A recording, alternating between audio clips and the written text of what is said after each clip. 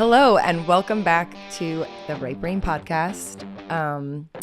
My dad is in your guys' favorite white jeans and his new shirt from the hotel that he stays at when he comes down here. And the girl that sold it to him, her and her boyfriend now listen to this show. Yeah, it was actually last time we were down here. I think we bought those shorts for you there. We did. Okay, so we only shopped at the W. We only shopped. It was a great store at the W Hotel. And yeah, so I just happened to go in there last night and I saw this shirt and another shirt, very similar. I was like, oh, those are cool. And the girl was there and I didn't know if she'd remember us but I was like, oh, you were here last time. And she said, oh, yeah, I've been watching your show. I was like, really? And yeah. It was really interesting. And she said, yeah, and my boyfriend loves science and everything. I told him about it and we've both been watching it and, you know, your podcast, we love it. And I was like, wow, that's pretty cool. Yeah, it's been pretty lovely to find out the people that have been watching it because, I don't know, it feels good. Yeah. But, okay, so we're going to talk about QEEG and neurofeedback. And obviously, by the way that I just said that, you guys can tell I'm super comfortable with this topic, QEEG. In regard to schizophobia. Yeah. I was like, how do you QEEG? My freaking dyslexia. Now. Yeah. Yes. Yeah. So maybe, just I guess explain what that is. Yeah, sure. So, you know, neurofeedback is a treatment tool that's out there and we use it in our office and it's great. But, you know, I think like a lot of things, people don't really understand what it is, what it's about. And so therefore, you know, how it's used, when it can be used, when it's helpful. But I know that was really interesting because the young woman who works with me, who heads up my QEEG neurofeedback department, who used to live in Nashville, and she had brought up to me this article with Garth Brooks' wife. What's her name? The singer. That starts with a T? Trisha Yearwood. Thanks. So Trisha Yearwood was on the cover of the magazine last time I was here, the Nashville magazine, and apparently she was talking about some of her issues and struggles and that she had gone through and done some neurofeedback and it was life-changing for her.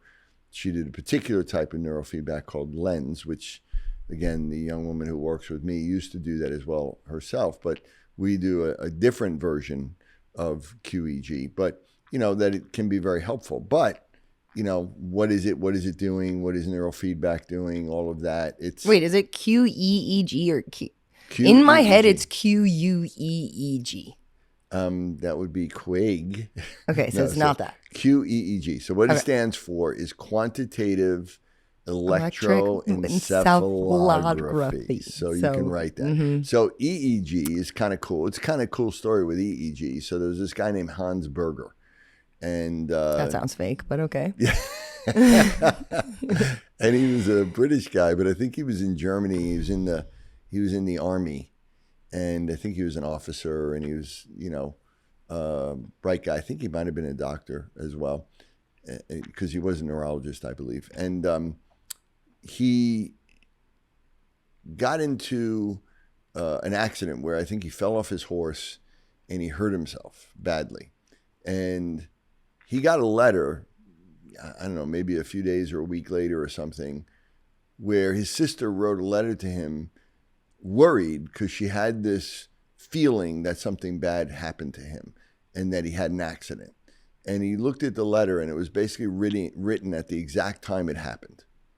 Right, but she was in England and he was in Germany, and they had no way to communicate at that point in time. And he was like, how the hell did she know that this happened to me? Because she was exactly right.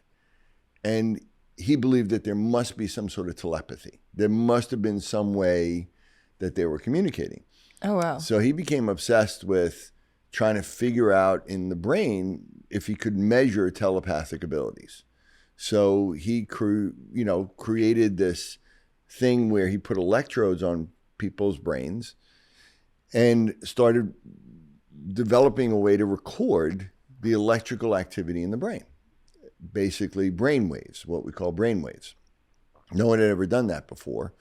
And he was able to do it, and he was able to do it accurately. And then he was able to identify that there are some basic rhythms in the brain and start to label them, like delta and theta and alpha and beta and gamma. And he didn't know about all those brain waves, but he saw that there were a few brain waves, and he started, identifying them.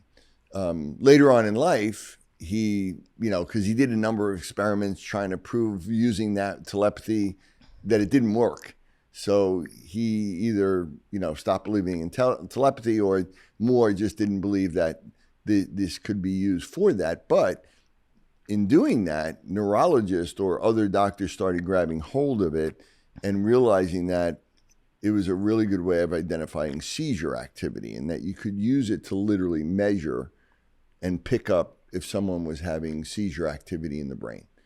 And so it became really quickly, he developed it, I think, around 1908. And I think by the 30s and 40s, it was already in like almost all hospitals in the United States or around the world being used. And, it's been a staple in neurology even to now. But that was always recorded on paper. So, literally they would have these, it's like, paper was recording this with these, you'd have the pens that would make the markings, and like EKGs back then. And so you'd have these stacks of paper, because if you did it for, an hour, it was a lot of paper. At a certain point, late 80s, early 90s, they started doing it on computers and started recording it on a computer and computer disks and things like that. So now, at a certain point, people started looking at this and saying, there's a lot of information here. Like, besides if there's EEG, besides if there's seizure, which is primarily, what neurologists are looking at. So it's still, a main tool of neurologists.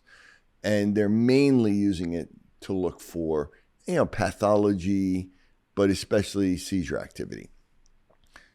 And there was, at a certain point, somebody said, there's a lot of information in here besides just if there's seizure or not.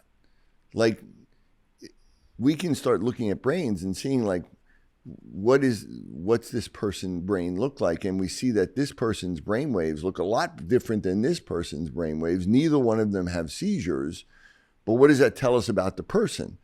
And what else are they struggling with? Like, are they struggling with other things like ADHD or mental health issues or depression or anxiety? And in like around the early 90s, in New York especially, even though a lot of quantitative EEG really started in Cuba, believe it or not, they started saying, hey, we can actually look at this EEG beyond just seizure activity, and we can start to look at it and create what we call brain maps.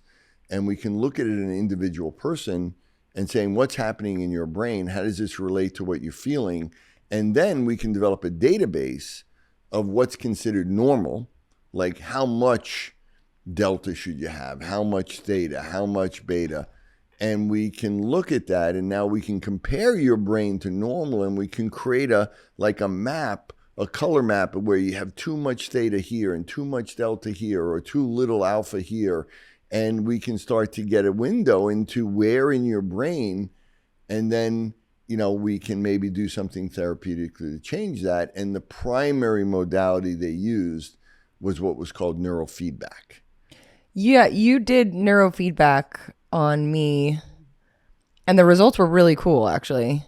Well, also, first of all, I want to say that my dad will be like, you should come into my office when you're home, and we'll film a couple things. We could put it up for the podcast. And I'm like, yeah, totally. So I come in with my hair blow dried, full makeup on. I'm like, I'm ready to be filmed. And then he's like, okay, great. And then there's he puts this hideous cap. I don't know who invented this, but it's like a red clown cap with holes in it. And then they put gel in your hair and attach it. And then he takes a wipe and wipes off all my makeup and puts things on here. And then I'm just sitting there, and he's like, you ready? And I'm like, oh my God, no, this isn't going anywhere. I look like an idiot. But it's I'm like, can somebody make this cuter? Maybe I'll do that. If any brands want to work together and we can make like a cute little cap. Well, just think about it this way. It looks like a bathing cap from like the 50s or 60s. Yeah, and then there's like rainbow wires. Like it looks like you like put me in a straitjacket because that's the only thing missing from the outfit. The good news, did you go through the new cap we have? Yes, they're the dry cap. Whatever. It's still super ugly. Yeah, well, it's not a fashion statement that you want to walk out that with. One kind of looks like Tron, maybe, right? Yeah, it's pretty cool. Is that the right word? Yeah, Tron. Yeah. Okay. Yeah. Okay. I told you the story about your mother with the QEEG. No. You got me in trouble. Why did I get in trouble? Because I was doing it and I was practicing it at home. And she was like, you can practice on me, you know? And so I put the cap on her with the gel. and so she took a selfie. She was like, I had to take a picture. She took a selfie. And I was like, all right, she's taking a picture. She's going to post it on social media, right? And so I go to work and I put it up on social media. And I thought it was really funny because I wrote, I wrote something like, I finally can understand what's happening in my wife's brain. That's a good one. Not going to lie. It was pretty funny, right? And so I'm there, you know, in the city, in my office, everything's great. And I'm getting off the train and your mother's supposed to pick me up on Long Island and phone rings. And I think it's her telling me I'm going to be right there. And I pick up the phone and she goes, take it down, take it down, take it down, take it down, take it down. Like rapid fire. I'm like, what? She's like, take it down, take that picture down, take it down now. And I was like, oh my God, okay. And I'm like, all right, take it down. I'm like, it's down. All right, pick me up. She's like, I'm not picking you up. You can walk home. Well, maybe had you worked on your brain that week. Wait a second. So when I get home, I'm like, what was that about? She's like, Ellie called me and said, Mom, did you see the picture that Dad put up of you? I'm sorry that I had the common sense to think my supermodel mother didn't want a clown hat on her father or her husband's Instagram. I'm sorry. But you completely ratted me out. Okay, well, the world would have ratted her out eventually. And I was like, well, you took a picture. I thought, you know, that meant it was okay. She was like, no, I was going to send it to my girlfriends. It was going to be funny, but I wasn't going to put it on social media. For all of America to see. Yeah, that should have been a little common sense on your side. Yeah, I guess. I get it. But from your QEEG, I'm sure. Funny comment. No, it was pretty amazing.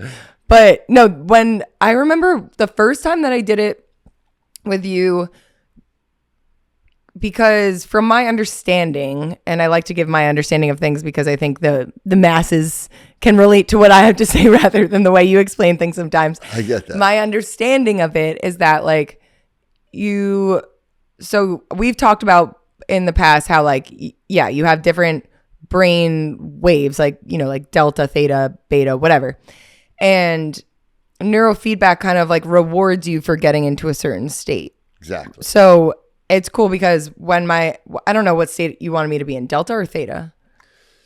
Well, we want to target different areas. That's the whole thing. And QEEG neurofeedback can be used in many, many ways. Some people do it very, very simply, and they're looking at just like the amount of alpha waves, let's say. Yeah. But if you really want to do it in the most sophisticated way, you want to target specific areas and specific networks in the brain to try to get into an optimal brainwave state. Yeah, so it was really cool because I was like, you close your eyes, he has the thing on it. And then when my brain did maybe get into whatever wave we were trying to get it into, like theta or something, you'd get a ding. And then that like kind of makes like it's a reward to get that. Exactly. So then eventually your brain kind of finds a way to like stay in that state. And the whole time it's like ding, ding, ding, ding, because now your brain knows that that's what it should be doing. Am I explaining that right? No, exactly right. And really the foundation of this and the foundation of neurofeedback goes back to really experiments with cats, where they were experimenting with cats with like seizures and things like that. And they saw that they could actually use this reward system to train cats to get their brains into a certain brainwave.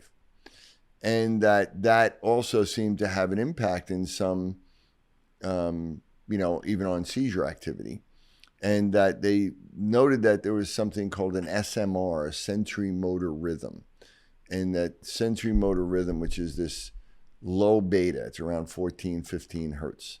Hertz means how many times per second. So if your brain is oscillating at 15 hertz, it means that network is basically turning on and off 15 times per second, right? So that's what hertz means. And that's how brain waves are measured. And they go from, let's say, like 0 hertz or 1, and all the way up to like 600 hertz now. But most of the brain waves we measure go up to about 60 hertz in general. And within there, we call it different frequency bands. And so looking at that is the way that brainwave, that networks communicate in the brain. It all comes down to frequencies, and everything is frequency. We had talked about that, like color is a frequency of light. Sound, music is frequencies of sound. And like the color red, for instance, is the exact same frequency as the note C. So you could look at people with synesthesia can sometimes see those types of things. Yeah, and so you could say that C is basically auditory red, and red is basically visual C. And so those notes, those frequencies, have information. How many. It's like in a computer. It's really, 0, 1, and in 0, 1, those two things, you can embed all the information that's in computers. In our brain, we have basically inhibition and excitation really turning on and off. So it's kind of like on is like 1, off is like 0. And the amount of times you do that is basically like the information in your brain. Does that make sense? Yeah, that does make sense. Right? Yeah. So, and the varieties of that are so in our brain is even more than in a computer, because we have literally hundreds of trillions of connections. And each neuron has at least 15,000 synapses.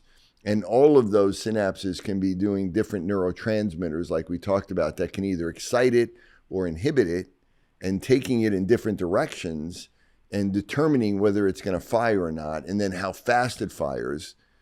And so how fast it fires equals the brainwave.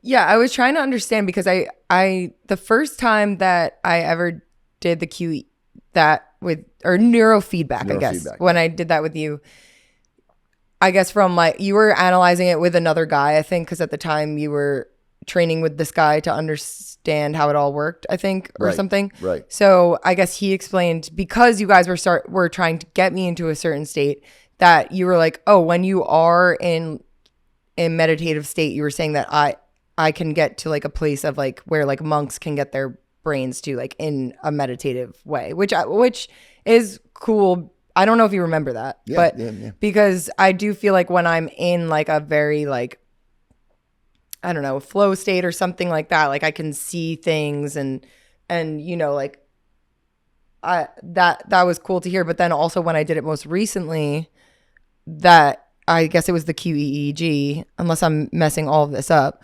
but we weren't like trying to get me into any state. She was just like, okay, just sit there and be yourself. And afterwards she was like, she was like, this actually makes me want to cry looking at your chart. And I was like, why? And she was like, because she was like, all of this, she like showed where I have all this overactivity in my brain. She was like, this just means your brain like doesn't shut off. She was like, how do you sleep at night? She was like, and that is like, it kind of put things a little bit in perspective for me, because when I go to sleep at night now, like last night I couldn't sleep, so I put on another person's voice to go to bed. Like I have someone that's like, all right, we're going to do a sleep meditation and we're going to whatever. And I don't even really listen to what the meditation is. It's just having somebody else's voice keeps out all the thoughts that I have in my head. And when I'm doing like tedious work, like where I have to like, fold my clothes or I have to clean something or whatever, like I need to put on a podcast in the background otherwise, or music in the background. Otherwise, like the thoughts in my head take over and I'm unraveling. And obviously I'm working on that, but it made sense when she pointed it out. Like, I guess I was thinking like, I guess other people will just like have a thought and then they just don't and then they just move on. But it's like all day long I'm having like all of these Yeah. racing thoughts. But I guess she said you're kind of like that as well, no? Yeah, but maybe in a different way, because there's different aspects of it. One, at a certain level, especially like in a beta state or high beta, which is really high frequency. Which is not an insult to boys, where this is that you can either be really in an intensely active state, like when you're thinking really hard or doing something at a really high level, your brain waves are going to fire, probably at a very fast state. But also if you're very anxious, they're going to fire at a very fast state. But those are different frequencies, I guess. But not only, no, they're pretty similar frequencies, but it's the areas of the brain that are firing that matter. Oh, interesting. Okay. And this is where a lot of people in the QEEG and neurofeedback world don't understand quite as well. I mean, honestly, I think that, people that are doing really high level QEEG and neurofeedback, for the most part, understand the brain better than most practitioners out there, than the average like neurologist or psychologist or psychiatrist, or, they know the neuroanatomy fairly well, better than most, but still, for me, in a very basic level. But what they're not doing enough is really understanding and targeting different areas of the brain or different networks. And also, they don't understand the developmental trajectory. So, that's where I think, I've added a lot in this field, because, when we look at things like, they'll say, well, there's certain mental health states, or like, in neurodegeneration, where we see a lot of low frequency brainwaves like delta and theta. And you shouldn't see real slow, because delta is mostly when we sleep. Okay. And theta is more when you're kind of in a very drowsy, but also a fairly creative state. Remember, we talked about Thomas Edison getting into a theta state for creativity, and he would drop that ball. Right, yeah. Right? And then alpha is kind of like your basic resting state, where you're aware, but you're not overly, active, but you're not drowsy. You're just kind of calm and neutral. And then beta gets into more high frequency. And then gamma is kind of the state that links it all together. And that's what we were talking about. Like when you look at Buddhist monks at the highest level, when they get into like this enlightened state, like their whole brain is in this gamma state, like everywhere, which hardly anybody can do.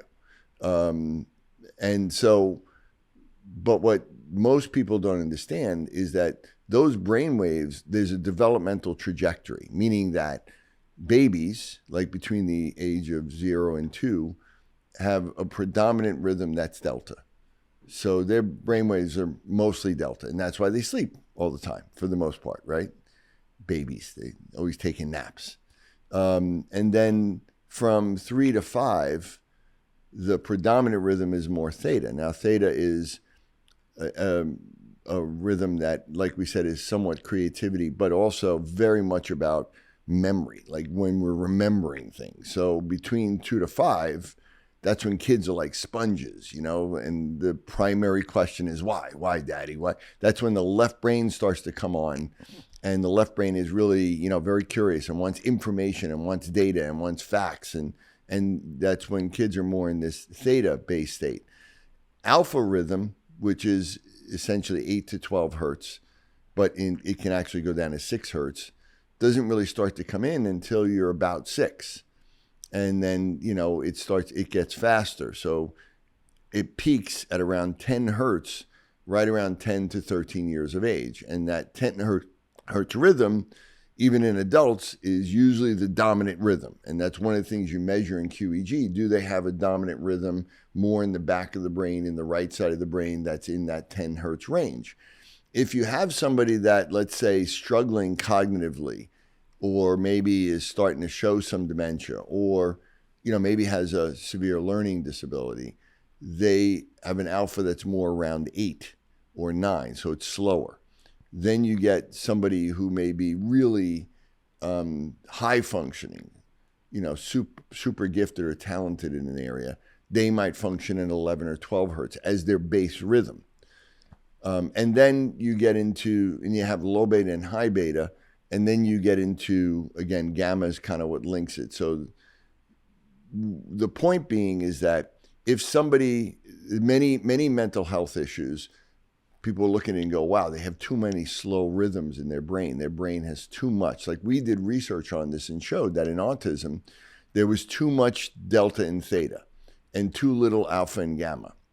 What does that mean? So in the QEEG world, in the neurofeedback world, they just look at it like, well, there's low, they have too much slow wave and they have maybe too much fast wave. And again, that's that imbalance, because if you have too much slow wave somewhere, you may have too much high wave somewhere else.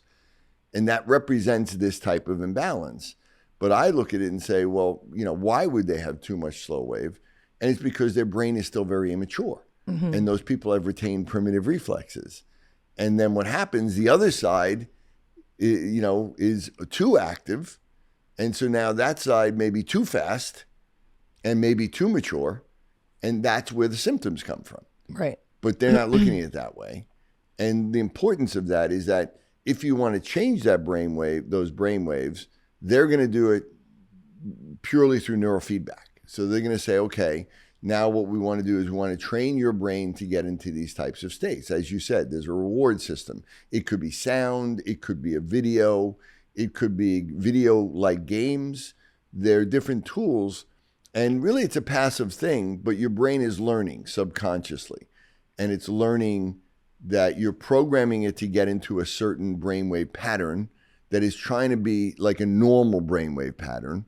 So you're trying to bring certain things down, slow them down, bring other things up, try to get it into this ideal, what's called Z-score. And your brain is learning because you've programmed the rewards that when you get into this brain rhythm in this area of your brain, you're going to get a reward. And so your brain starts to learn quickly from that and tries to achieve that state and get into that state. The problem with that is that when you have a developmental issue that's been there your whole life, you can't just get your brainwave there just by doing it that way. You need to deal with the foundational issue. You have to get rid of those reflexes. You have to do other things from the bottom up to really change the foundation of your brain.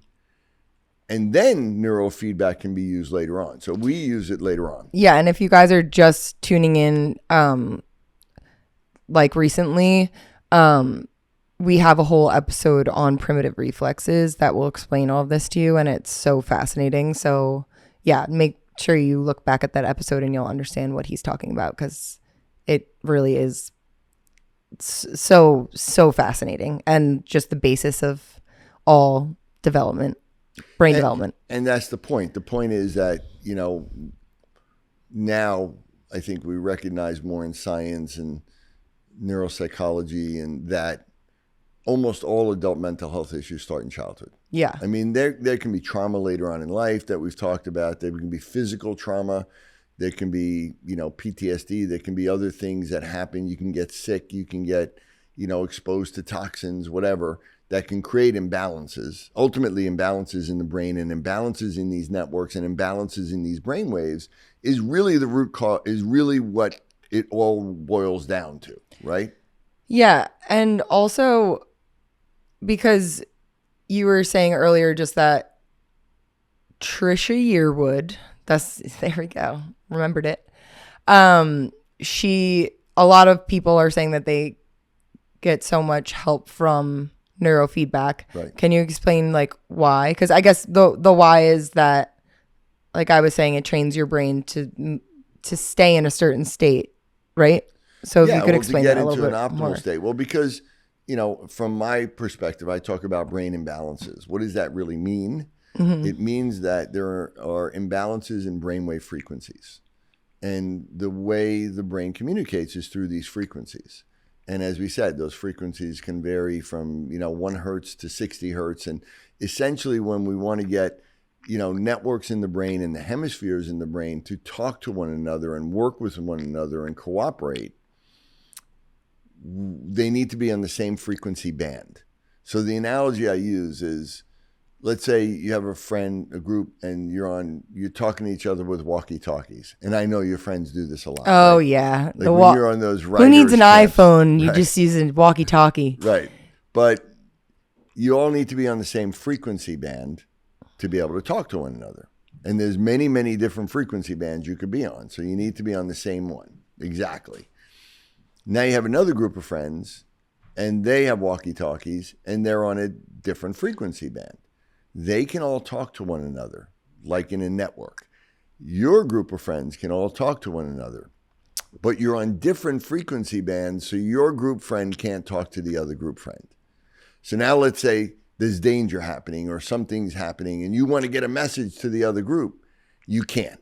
I'd have to change my frequency. Exactly. So someone needs to come along and say, this is the frequency band for you to talk to them, and change your frequency. So now you're all on the same frequency band. And now you can talk together with a group. And that's kind of like what's happening in your brain. You have a network that's on a certain frequency. And then you have another network that's on a different frequency. And that may be on the left half of the brain. The other one's on the right half. And they can kind of communicate and they're functioning, but they need to talk together. They need to integrate. They need to be able to share all that information, and they can't because they're on these different frequency bands. Now, why aren't they on the same frequency band? A lot of it is because one frequency band is slower than the other, and this one can't come down and this one can't come up. So why is that? Well, because I believe that most likely there's this developmental imbalance where one side of the brain, that network is still a little bit immature and slow. This one in compensation has become too fast, and now they can't. So now what are we doing with treatment? When we say, okay, you put on these red glasses and they blink at a certain frequency, what are we doing? Now we're targeting this slower frequency network, and we're trying to get it faster. We're trying to change the frequency band so now it can connect with the other frequency band. Okay, I want to make sure that I'm also, because I've been wearing my red glasses more, because I told you guys I'm doing the work so that I can be healthy for all of you. I'm wearing the red glasses and I have it flashing here and here. Is that correct? Yep. Okay. Yes. Because the inside of, this is my left, the inside of the left eye and the outside of the right eye. Right. Or that's the slower frequencies because that just goes to the left brain. Specifically go to the left brain. Right, exactly. Okay. So that's the thing. We need to be able to specifically target. If we just do something that's going to make both brain waves faster, that's not going to help. That's not going to help because they're still not on the same frequency band. Right. We have to either slow one down a little bit and speed one up a little bit so that they can match and then they can connect. And that's called functional connectivity. Right? And that's what a thought is. When you look at what's a thought, what's a memory look like in your brain? You know how like when you're trying to remember something, like Trisha Yearwood's name, right? We're sitting there and we're thinking about it and you're going, and it's something, she's married to Garth Brooks, she's a country singer and she was in a magazine and Trisha Yearwood, boom. Mm-hmm. What just happened? What happened was all of a sudden you're lighting up different networks in the brain that have to do with the word, the name, have to do with her face, have to do with details like who she's married to, whatever. All these different networks are lighting up and they're activating parts of a memory. And then all of a sudden you get the whole thing and then boom, the right brain and the left brain, all those areas come together into one. And that's a memory. That's also what a thought looks like in our brain. It's like this holographic thing where all these different areas of the brain fire at the same exact moment of time. So the timing in the brain, now if your timing is really off, you can't link those things together and you can't recall a memory. And a lot of people have trouble memorizing things and memorizing facts and details because they're not able to bring those networks to resonate with one another. And so what you're doing in neurofeedback is you're programming in that I want the brain to get into certain brain waves where I'm going to slow this down and speed this up and get them to start a match so that we will either reduce anxiety or improve their attention or whatever. And it's a great tool. Yeah. And it can work. But if they're out of balance because of a developmental issue, neurofeedback alone is not going to do that. It may do it temporarily, and it may make someone feel a little bit better temporarily. Now, someone like Trisha Yearwork would, if it really helped her, I would say she probably didn't have a developmental issue. Like, she may have it may have been out of balance for other reasons, or maybe because of, I don't know, and that neurofeedback alone for an adult can work really well, and you don't need anything else. But what I've always found is also using other modalities. Like one of the things I showed early on, and we're going to be doing some research on this, is that I would have some kids, and we were trying to get them into a brainwave frequency, and it wasn't getting there. You hear they're not getting rewarded. And so then I would put the laser with that frequency over that area of the brain that I wanted to get it into. And really quickly, boom, the brainwaves would start. Oh, interesting. So oh, wow, that's where, so cool. And I just had somebody recently on Instagram say something about, because I talked about this, about how you can use lasers to change the frequency of your brain, but you need to understand developmentally, like people don't realize they're using things like lasers to try to drain brainwave frequencies. But first of all, they don't know exactly what frequency they want to use, or they're not looking at the frequency that they're using. They're just using it like a magic wand, which is bad. And then they're not understanding that there's a developmental trajectory. If you're using a laser on an 8-year-old, it's not the same as using it on a 30-year-old. They're different brainwave frequencies, or a 5-year-old isn't going to have the same brainwave. But yet most people using lasers don't understand that. And so, but what it also showed me was that if you program a frequency into the laser, which is really a laser, but it's red light or infrared light, it gets through the skull, and it can actually cause that part of your brain to get into that frequency faster. And so that's exactly how we used it. And programming that into the laser, that's actually one of the things that really helped really with like tics, like that discovery and doing that program is like when Kevin James's daughter showed up with these horrible tics, and we were able to get rid of it in like 4 weeks. Because ultimately, it comes down to any mental health issue or anything, any emotional issue or brain issue, comes down to what do the frequencies in your networks of your brain look like? Are they where they should be? Are they not where they should be? Are they out of balance? And everything we're doing, whether it's light or sound or vibration or smell or tactile, TENS, electrical stimulation, everything we're doing is just trying to change brainwave frequencies by using different sensory input or by getting you to think different things. And that's it. But you need to target it towards creating these balances. And can you tell the story one more time about, come on, brain connectivity. Think of his name.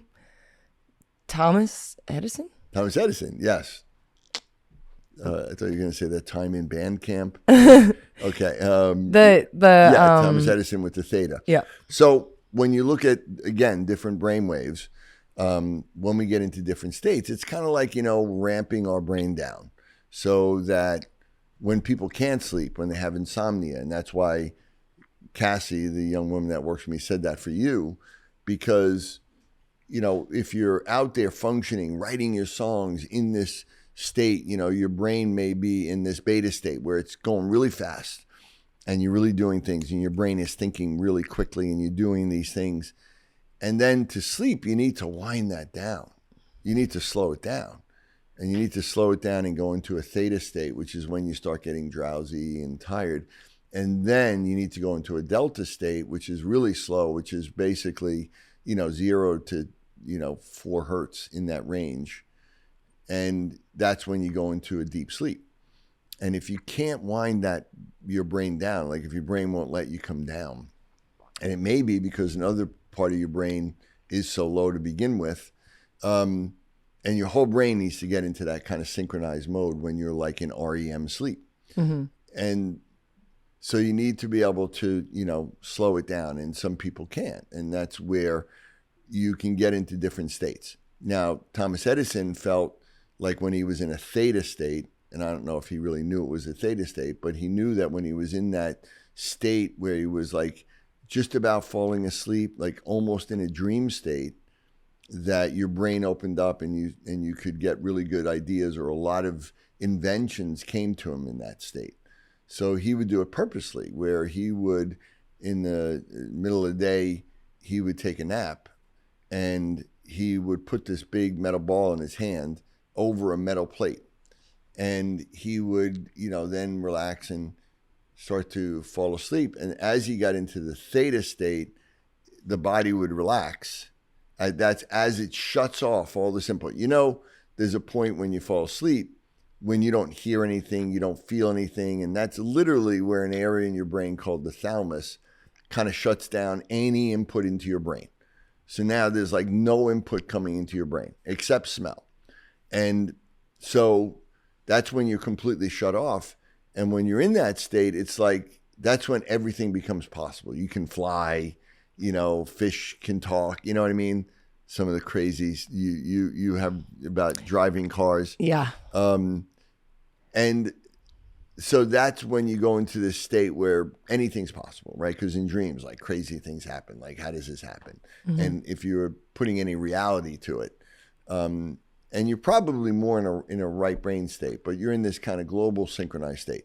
So he would want to get himself into that state. So when the thalamus shuts off everything and your kind of muscles go limp, he would drop the ball, it would bang on the metal plate, and it would wake him up. And then he would write down whatever he was thinking of at that point, or he would then just start writing and let things flow out of his brain. And that's where he felt like a lot of his most creative ideas came from. Okay. Wait, I was just going to say something about that. Oh, I know what I was going to say. I was talking to Dallas about this the other day. Our good friend Dallas Alexander, shout out. Last picture of Johnny Cash. Yeah, but I was just telling him in passing, I was like, yeah, I started working on this song. And I was like, actually, I woke up with it and I started writing it down. He was like, he was like, that's something I want to do so bad. He's like, I've been wanting to have get to a point where I'm dreaming and writing songs in my dreams. But that does happen to me all the time, where I often will wake up sometimes throughout the night with a song in my head, and I have my phone not too close to my brain while I'm sleeping, but just close enough that it's in reach where I wake up and I record when I'm singing, whatever. And then I go back to sleep, and sometimes it happens multiple times throughout the night. But it's kind of annoying because while I'm in that state, I can hear everything. I hear every harmony. I hear the drums. I hear guitar. I hear bass. I hear everything all together as this huge production. And then I wake up and I sing it into my phone. But I'm like, there's no way for me, unless you literally were to record what I'm hearing in my head, there's no way I can't sing the drums into the phone. You know what I mean? So right.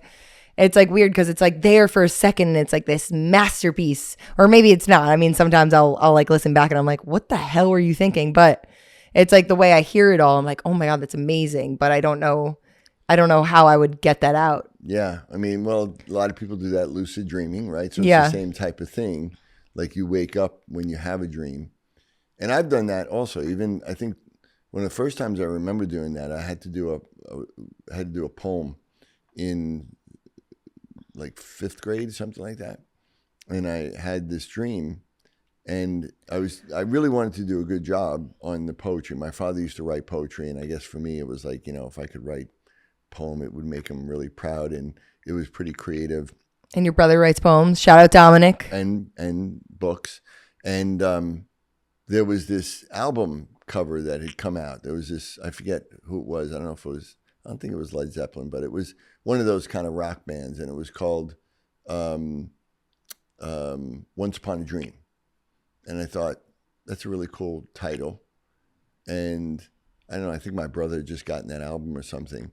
And I was thinking about that when I went to sleep. And then I had this whole dream of Once Upon a Dream about how God basically saw what the world was like and how things were terrible, and he basically wiped out the whole earth and said, I'm going to start all over. And, and it was a pretty good poem for a kid that was fifth, sixth grade. But I woke up in the middle of the night and wrote it down in the dark. Wow. The whole poem. And I woke up in the morning, I thought that was a dream. And I woke up and there was the poem. And I ended up doing a lot of that with a lot of the books that I wrote too. Like I'd have an idea in my head, I'd have a question, and I'd wake up in the middle of the night and write down, and it would end up being like part of a chapter of a book or something. So that would be like theta state. And then it's like kind of like if you train your brain, like there was a time when I first moved here and then I dated someone awful and it kind of went away, and I'm getting back to it. He stole your but theta state. He did steal my, that is literally, I wrote a song kind of about it. Where is he? I'm going to beat him up. But I would wake up, or like I kind of trained my brain because I was like, when I first moved here, I think I was doing so much meditation because I was like, as I've explained in past episodes, I was just like so upset with like where I was in my life that the only way I could like mold it was kind of just always thinking about where I wanted to be. And then I kind of got myself to like where I'd wake up in the morning, like when you're in between that state of like asleep and awake, that like I would see like a white light kind of coming out of my like third eye, and I would train my brain like that as I'm coming out of it for a while there. Like every morning I would be like, today's going to be an amazing day. This is what's going to happen. This is what I want. This is what my dreams are. And like because I knew that if you do that while you're still in theta state, it's more like affecting your subconscious, which is just a deeper way of affecting your overall thoughts, I guess. Mm-hmm. And I felt like during that time, I was like the most magnetic I've ever been because I kind of had trained myself subconsciously. I don't know if I'm saying that right, but yeah, no, it's great. But my question is, why did you stop doing that? Because I started dating someone horrible, and then I was like, but why can't you get back to that? No, I can get back to it. I'm working on it. I'm definitely working on it. I think I just fell into a place of like being so depressed. So ultimately, the kind of the moral of this show is that ultimately everything comes down to brainwaves or these rhythms in your brain. Yeah. And that being able to change the rhythms of your brain will change your state, will change your emotions, will change everything. Will change your body, will change your hormones, will try to change your immune system. The key is doing it in a very targeted and directed way. And most people don't have any idea that all of these things are really relate to the brain. And again, also synchronizing networks between especially the right and left hemisphere is when you get into these optimal states. But the problem is that if you developed imbalances, which are, a combination of maturational delays or superimposed on areas of your brain that are naturally gifted and faster than most people, it makes it hard to get those networks to come together. And so, especially if you find that on your own, just trying to change your thoughts or trying to regulate your emotions. We talked about this, Tony Robbins and many, motivational speakers who I love or I think are good, they say to people, well, you just have to change your state. Just change your state. Just go into a different emotion. And for some people that works, but for a lot of people it doesn't. And they feel like, oh, that motivational stuff is bullshit. It doesn't work for me, and setting goals and everything, because they can't just change their state. And they can't just get into that emotion. They can't just quiet the thoughts. They just can't generate positive thoughts. Mm-hmm. And why? Because their brain has these imbalances that usually go back to childhood and that never really been appropriately dealt with. And you can't just do that. And that's why also neurofeedback alone won't just do that either, unless you do something from the bottom up, right? That we have to work on the foundation of it. And then, neurofeedback is a very top-down approach, meaning I'm just using the brain and I'm just trying to get the brain, even though I'm doing it on a subconscious level, it's still, I'm going right to the brain and saying, change your frequencies. And the brain may do it temporarily, but because you didn't really fix the foundation, it just goes back to that other state. And that's why many people going through neurofeedback need like 40, 60, 80 sessions to get it. And a lot of people, and quite honestly, a lot of the kids that I work with are young people or adults that have been through it. They're like, yeah, I did it. It didn't work. Or I felt better for a while. Or parents will say, yeah, I brought my kid with ADHD and, it maybe helped a little bit or it didn't help at all because you're not really dealing with the foundational problem. But if you do use methods to do that, and then neurofeedback's a great way to really get it the rest of the way, or it's a good way to maintain it, like with somebody like you where we worked with you and we said that, nothing's a permanent fix because the brain is so dynamic, it can go in and out of balance. But if you take care and you get rid of the reflexes and you work on some of these sensory pathways and you balance those things out, what's a good way of when you feel you're really getting out of balance, rather than trying to take drugs or something, is really neurofeedback is a good session. But that's what some people can do on their own. They can go into a meditative state, or like you said with the third eye, you got your brain into a certain frequency from imagining that, and it helped to balance and level your brain out. Mm-hmm. Okay, well, all right. Yeah, I guess that was, all of this kind of made everything make a lot more sense to me, I think. Yeah, I think it's good because we haven't talked about it in this way, and we talk about balancing the brain and activating it and really what are brain waves. And so in the terms of neurofeedback, and, I think just it's a good way for people to understand, when we say we're going to change the brain, what does that mean? We're really just changing these frequency bands. Yeah.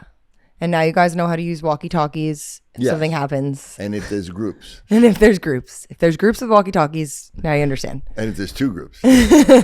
Specifically. Okay, that was awesome. Dr. Rob has to go catch a flight. Yes, so, I do. Until next time, guys, thank you for joining in. And as per usual, if you have any questions, send them in. Yeah. Love you, honey. Love you too, Dad.